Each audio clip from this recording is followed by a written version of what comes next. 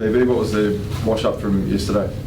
Yeah, we haven't got together as a group yet, but following on from Nixie's comments after the game, we were really disappointed with how we started the game, knowing what we're going to come up against with Hawthorn, how they want to take the game on, and the style of play that they wanted to get.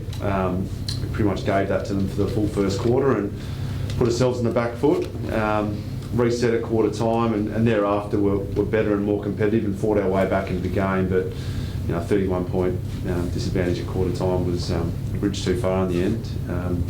Second half was really pleasing in a lot of aspects, but yeah, we're probably ruining that start. How can you address that? Is it a mindset thing? Is it just... Yeah, we'll have a look into that. When you don't start well, you're looking to on everything, whether it be preparation during the week, mindset, whether it be can be elements of travel, it can just be the opposition were up and going, we weren't ready to match them, so we'll have a look into that today. But hasn't really been albeit didn't start the best against Melbourne, but fought back before quarter time. So disappointing thing was we needed a break to respond. We'd like to think we can build a brand that we can respond and recognise in quarter, get our contest and pressure up to the level which we pride ourselves on. What was said at half time then? I mean, the third quarter, the second half, intensity-wise went up a level, just the execution and decision-making probably let you down a little bit. Yeah, look, we made a couple of changes at half time structurally, and more spoke to the boys around what we do well when we're at our best, and recognised that Hawthorn had done a lot of things well in the first half and probably spent a lot of energy getting to where they were, and that we'd back ourselves in the long run to fight our way back in, try and outscore them by 3 goals in the third and 3 goals in the last, and we put ourselves in with a chance. So the way that we started straight after half time was how we wanted to play the whole game really, and you saw what it did. It put ourselves in the fight and gave ourselves a real opportunity. And yeah, there were disappointing moments again where we didn't quite connect and finish off our work, and at times exposed ourselves, and they went back and punished us. So again, it's going to be a continued work on for us, which we've touched on now for a number of weeks. How disappointing is it that, with the first quarter, first half, so you served that up after a couple of good weeks where it seemed like everything was going to be positive, and then to not really be at the contest in the first quarter, especially, how disappointing is that? Yeah, as I said, it's disappointing to start a game like that, full stop, against any opposition, because you do that, you get yourself in the back foot straight away. Pleasingly was our ability to respond thereafter. All stats were pretty level after quarter time, and in the second half we certainly dominated play for the most part, and probably should have got more reward for effort than what we did. So there are some positives to take out of it, but yeah, it's disappointing when you don't give yourself the best chance from the get-go. With the 2-8 win-loss record in the last 10 games, do you feel like there's been an improvement on last season? In terms of a way? Like just in terms of win-loss records over the last 10 games, the records kind of... Yeah, I think, it's win-losses can sometimes be a different story to the whole big picture. And the weekend was disappointing. We've spoken at length, I think, publicly around our ability to stay in the battle for long periods of time, and there's in that last 10 weeks, there's been the vast majority of them deep into the last quarter. We've been right in games, which says we're doing a lot of things right. Our ability to finish off our work and kick some easy scores and challenge opposition, probably with ball in hand, has been our big work on. And think back to some games where we didn't hit the scoreboard, or we didn't finish off our work in front of goals, or missed that last connection, changes the narrative around a lot of that and the results. So we've been really pleased with our ability to stay in games, but ultimately you want reward for effort, and it's about a win-loss industry, so we understand that side of things, but we're still really optimistic around the progress that we've made. And even reflecting on yesterday's game, from a midfield point of view, we were able to get a number of young guys through there, get some different looks. Riley Philthorpe spends a lot more time in the ruck, so we're able to further develop guys' craft in their game, which hopefully in the long run gives us some benefits down the track. Just on the midfield, really, were you happy with how Rory, Ben and Matt used the ball yesterday?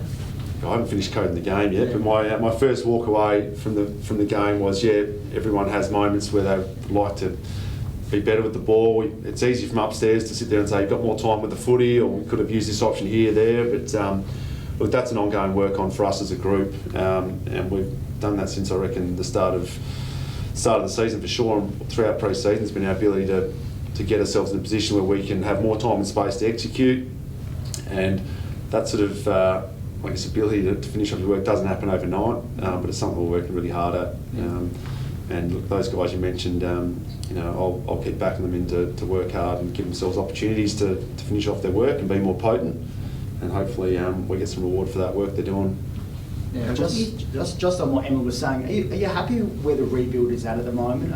It feels like Hawthorn are also through a rebuilding stage, but you seem to not even be close to them in the first half. Yeah, look, I'm not going to compare with other clubs, because I think it's really unfair to do that in terms of list profiles and where they're at. In terms of where my time since I've come back in the last 18 months has been, I feel like we've made some real positive growth in terms of where we're heading as a club. Last year we implemented some more consistency in our game style, and I feel like that's gone to another level now in terms of even our defence this year, from front half to opposition teams rebounding into their forward 50s, being, I think we're now best in the comp or thereabouts, which has been a lot of work going into that space around us wanting to play that front and centre style of footy.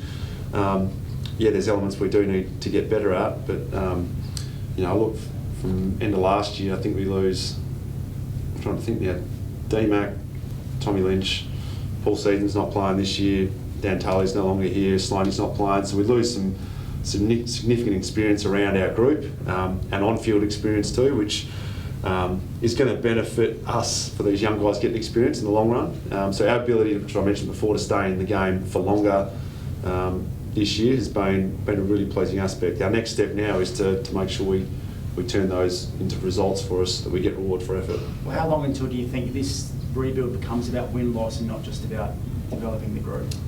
It's process driven for us, so when that table turns, it turns. It's not around, it's going to be next week, it's going to be in 6 months' time. It'll just be stick to the process, and those results will ultimately come for us. Certainly believe that. Is that hard to stay the course in that case, but I mean, players like to see wins, fans like to see wins. Is it difficult to keep going into the breeze, so to speak? No, I don't think so. Provided that you can believe in the growth that you're showing, and internally we can see players growing, individuals growing, taking their games next level, and don't worry, there's still a winning culture around what we want, and we're not satisfied with losing, and that's the last thing that players want, is to sit there and become accepting of results like that. Understanding where we're at as a group, and that we're coming up against some challenging teams, and we have our foot off the pedal for periods of time that we will get punished. So our ability to maintain that rage in our system for longer is going to be our challenge. But certainly reward for effort is what we're after, and wins hopefully down the track. And whether that comes this week, in 3 weeks' time will tell. But we'll stick to our process, and the guys are working really hard. We're happy with Crouchy? Yeah, again, I haven't finished going through the game, but looking back, we started slowly as a midfield group, got ourselves going. Matt, Leedy, Keezy were all part of that, so we, looking back at it, we had some positive moments around the contest, challenged them at the right times, and some other times we got exposed as well. So I'll look at that as a collective and sit down with the individuals over the next couple of days and have more of a better idea of where they're at. Do you think Crouch has done enough to kind of retain his position coming into next week? Oh, we haven't spoken about selections. We got off the plane at midnight last night or thereabouts. So that's we'll have those chats the next couple of days. Just on Leedy, I mean, 42 disposals. I think it was 298 metres gained. Do you feel like he had enough penetration yesterday with his disposals, or? Yeah, sometimes metres gained for a midfielder can be misleading. There's different players, and Leedy can have a game where he breaks lines, and other times it's about more net metres gained. So if he gives to a player that can break the next line and go, so it can be quite deceptive, some of those stats sometimes. So look, I've been really happy with the way that Rory's gone about his business this year, and he got run with for a period of time in the second half from Finn McGuinness, and worked to our advantage around stoppage in that regard. So he's doing a lot of things from a positive aspect for the team, and he's an important part of our midfield mix.